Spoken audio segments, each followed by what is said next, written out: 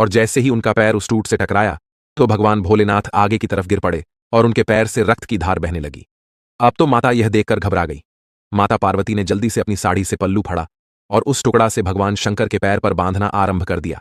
जब कपड़े की पट्टी माता पार्वती ने बांधी और भगवान महादेव खड़े हुए उस टूट को देखकर कहने लगे, हे टूटे हुए वृक्ष के जड़, तुम बहुत विशाल हो जाओ, तुम्हारी ऊंचाई इस जंगल के सभी वृक्षों से ऊंची हो जाए, तुम्हारी शोभा सभी वृक्षों से अद्भुत हो जाए, वृक्षों में तुम सबसे बड़े वृक्ष कहलाओगे। उल्टा उसे आशीर्वाद दे दिया। भगवान शिव के इस व्यवहार से माता पार्वती बड़ी नाखुश हुई। माता पार्वती से जब रुका नहीं गया तो माता पार्वती भगवान महादेव से कहने लगी, हे भगवान, आपकी लीला भी बड़ी विचित्र है। जिस टूट से आपको कष्ट पहुंचा, जिसने आपको चोट पहुंचाई, आपके पैर से देखो कितना रक्त बह रहा है। जिस वृक्ष की जड़ से आप ठोकर खाकर गिर पड़े, आपने उसी वृक्ष को इतना विशाल होने का वरदान दे दिया। भगवान, आपकी माया मेरे समझ में नहीं आई। इसका क्या कारण है? देवी पार्वती को अत्यंत क्रोधित देखकर भगवान शिव कहने लगे, हे पार्वती, समय आने पर आपको इसका भी जवाब मिल ही मिल जाएगा। अब आप कैलाश पर्वत पर चलिए। मित्रों, इस प्रकार माता पार्वती और भगवान शिव जगत का भ्रमण करने के बाद कैलाश पर्वत पर लौट आते हैं और फिर से अपनी धर्म चर्चाओं में व्यस्त हो जाते हैं। परंतु माता पार्वती के मन में बार बार उस प्रश्न का जवाब न मिलने के कारण व्याकुलता बनी हुई थी कि भगवान ने ऐसा क्यों किया। उनके दिमाग में बार बार वही बात चक्कर काट रही थी। तब माता पार्वती कहने लगी, हे भगवान, मुझे अपने प्रश्नों का उत्तर अभी तक नहीं मिला। ये मेरे मन को बार बार विचलित कर रहा है। तब भगवान शंकर ने फिर कहा, हे देवी, इन सभी प्रश्नों का जवाब आपको समय के अनुसार मिल जाएगा। आप कुछ समय तक इंतजार कीजिए। उसी काल में जो जड़ का टूट था, जिसे भगवान शंकर ने विशाल होने का वरदान दे दिया था, अब तो वह टूट बहुत विशाल वृक्ष के रूप में परिणित हो गया। वो टूट से एक अंकुर फूटा और धीरे धीरे एक विशाल वृक्ष का रूप लेता चला गया। वह वृक्ष अब बहुत बड़ा हो गया था और जितने भी उस जंगल में पापी लोगों पर लक्ष्मी जी क्यों प्रसन्न रहती हैं?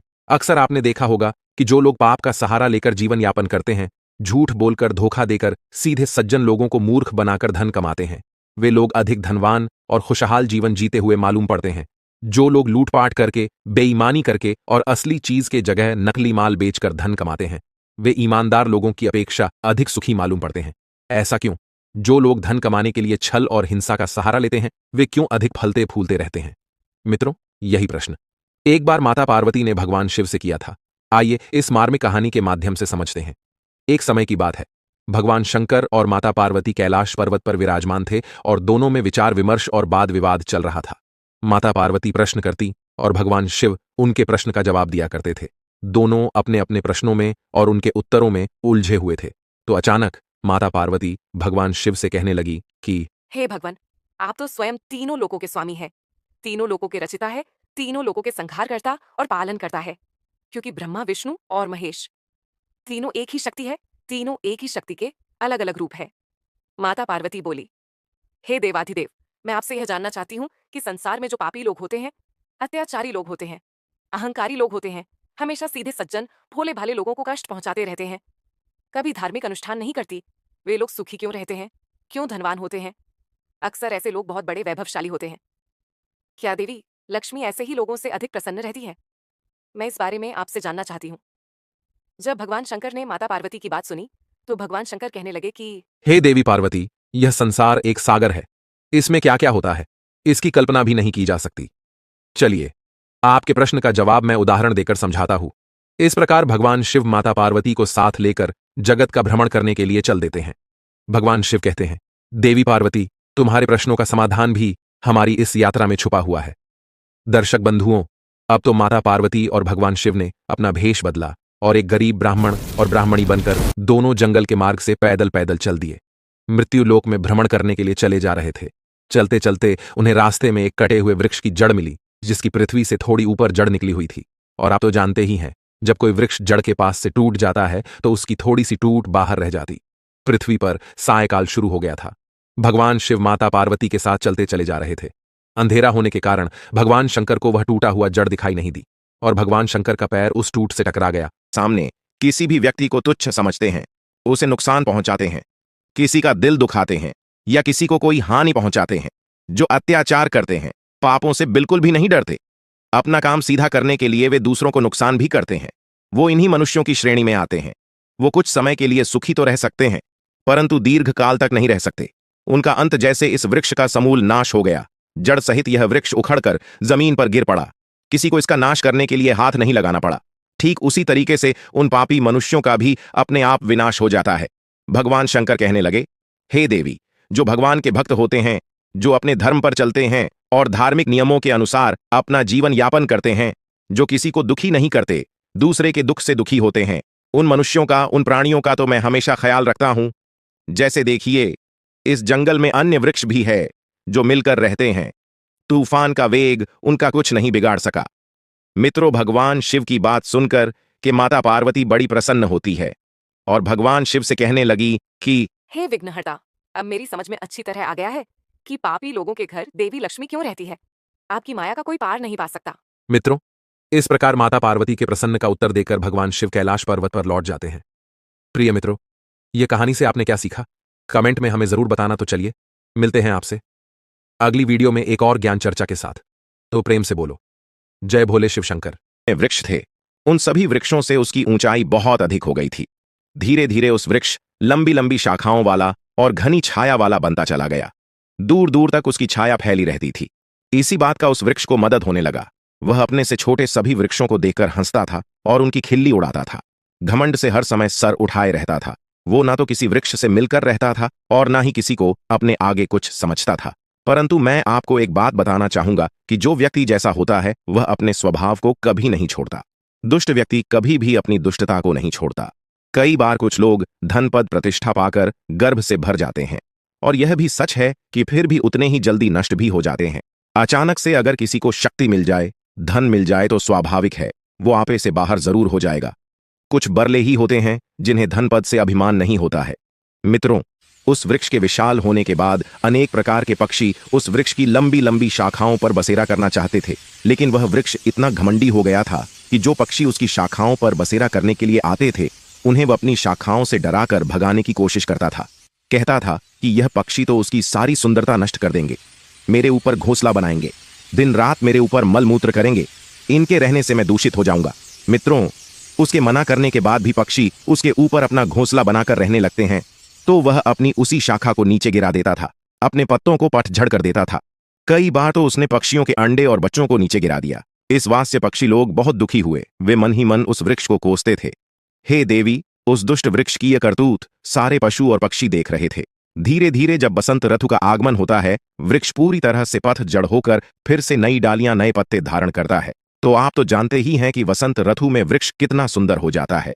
अपने आप को देख कर उसका गर्भ साथ में आसमान पर पहुंच गया था, क्योंकि पूरे वन में उस वृक्ष से सुंदर कोई वृक्ष नहीं लग रहा था। क्योंकि ही देवी, एक दिन की बात है, बहुत तेजी से आंधी और एक भयंकर तूफान आता है। तूफान का वेग इतना प्रबल था कि जंगल के सारे वृक्ष भयभीत होने लगी, लेकिन वो वृक्ष अपने घमंड में चूर खड़ा था, मुस्कुरा रहा था। उससे छोटे जितने भी वृक्ष थे वे तो बेचारे मिलजुल कर इकट्ठे रहते थे और वह उस जंगल में अकेला खड़ा था। उसे अपने विशाल होने पर बड़ा घमंड था। उसका बड़ा आकार होना ही उसके लिए मुसीबत बन गया था। उस तेज तूफान से वह स्वयं को बचाने में असमर्थ था। वही हुआ, उस तेज आंधी ने उस वृक्ष को जड़ सहित पृथ्वी से उखाड़ कर फेंक दिया और कम से कम 100 क्विंटल मिट्टी उसकी जड़ों से लिपटकर ऊपर आ गई। वह पूरा वृक्ष जमीन से करीब 5 फीट नीचे खुदा हुआ गड्ढे में गिर पड़ा। उसका बड़ा होना ही उसके विनाश का कारण बन गया। वृक्ष जमीन से उखड़कर जमीन पर ही औंधे मुंह गिर पड़ा। मित्रों, उसी मार्ग से भगवान शंकर और माता पार्वती फिर से संसार भ्रमण करने के लिए चल देते हैं। माता पार्वती को तो भगवान शंकर से अपने प्रश्नों का अर्थ जानना था। इसीलिए माता पार्वती ने भगवान शंकर से कहा, हे भगवान, मेरी समझ में नहीं आता कि आप मेरे प्रश्नों का जवाब कब देंगे। तब भगवान शंकर कहने लगे, हे पार्वती, चलो आज हम रथुलोक का भ्रमण करने के लिए चलते हैं। मित्रों, इतना कहकर बातचीत करते हुए शिव और पार्वती जी साथ साथ भगवान शिव जंगल के रास्ते से चल पड़ते हैं। जिस रास्ते में वह विशाल वृक्ष जड़ सहित उखड़कर नीचे पड़ा था, भगवान शिव और माता पार्वती उसी स्थान पर आ जाते हैं जब उस वृक्ष को गिरा हुआ था। तब अचानक माता पार्वती उस वृक्ष को देखती है जो गड्ढे में गिरा था। तब भगवान शंकर से कहने लगी, हे देवाधिदेव, आपकी लीला भी कितनी विचित्र है। देखो, ये कितना सुंदर वृक्ष है, कितना विशाल वृक्ष है। इस वन में इसके मुकाबले का एक भी वृक्ष नहीं है। ये वृक्ष सबसे बड़ा है, सबसे सुंदर है। इसकी छाया कितनी सुंदर होगी, क्योंकि यह सबसे सघन भी है। तूफान ने कितना बुरा किया जो इस वृक्ष को जड़ सहित उखाड़कर पटक दिया। हे भगवान, यह देखो, बेचारा जड़ से ही नष्ट हो गया है। इसका क्या कारण है? हे प्रभु, इस सुंदर वृक्ष को आपने इतनी अल्पायु क्यों दी? इसका क्यों उल्लास कर दिया? तो भगवान शंकर माता पार्वती से कहने लगे, हे देवी पार्वती, तुम भी बड़ी भोली हो। जरा गौर से देखो, ये वही टूट है जो आज से कुछ साल पहले हम भ्रमण करने के लिए आए थे, और आपको ज्ञान होगा कि इसके टूट से मेरे पैर में ठोकर लगी थी और मेरे पैर से बहुत रक्त बह गया था। मैं पृथ्वी पर गिर पड़ा था। यह वही वृक्ष है, यह वही टूट है। परंतु हे पार्वती, मैंने उस समय इसे क्या वरदान दिया था? क्या आपको यह ज्ञान है? माता पार्वती बोली। हे प्रभु, मुझे अच्छी तरह याद है। आपने इस वृक्ष को विशाल होने का वरदान दिया था। महादेव कहते हैं, हे पार्वती जी, यदि उस समय में उस टूट को उखाड़ देते तो मुझे न जाने कितनी मेहनत करनी पड़ती, और ना मैं उसको जड़ से उखाड़ सकता था। उसे जड़ से उखाड़ने के लिए मुझे अथक श्रम करना पड़ता, तब कहीं उस टूट को उखाड़ पाता।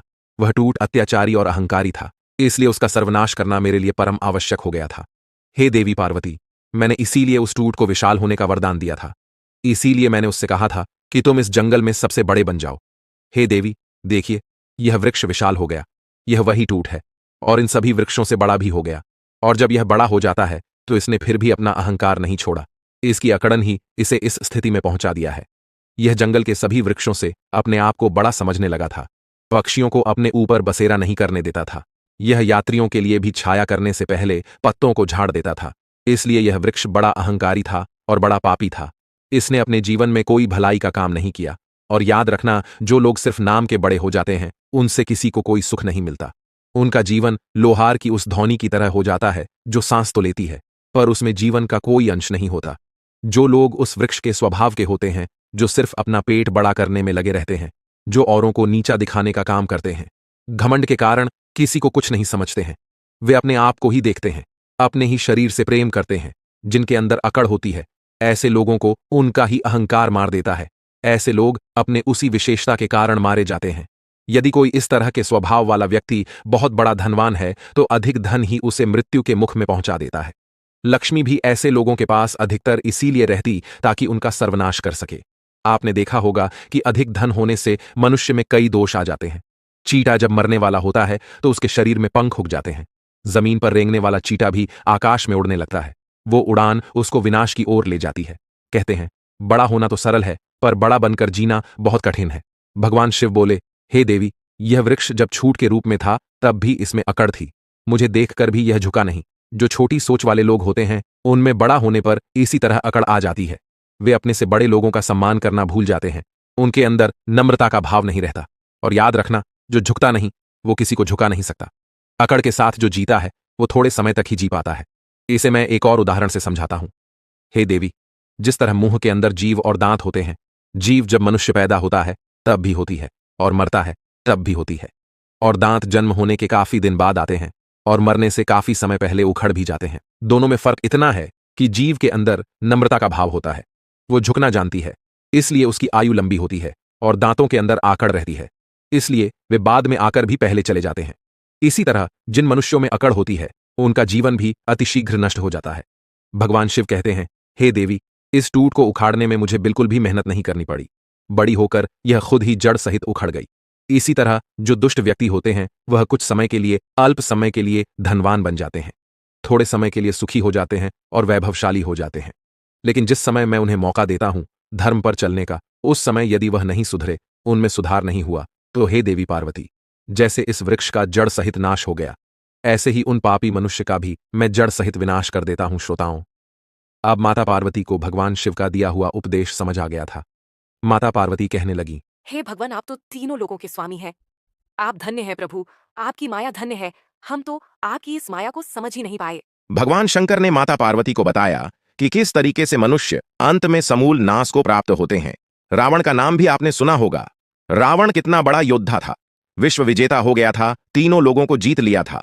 वही रावण भी लंबे समय तक नहीं जी पाया और एक दिन मृत्यु को प्राप्त हो गया। कहते हैं, उस रावण के कुल में मंदोदरी को छोड़कर कोई रोने वाला भी नहीं बचा था। जो अहंकार में भरे हुए हैं, अब अपने अहंकार के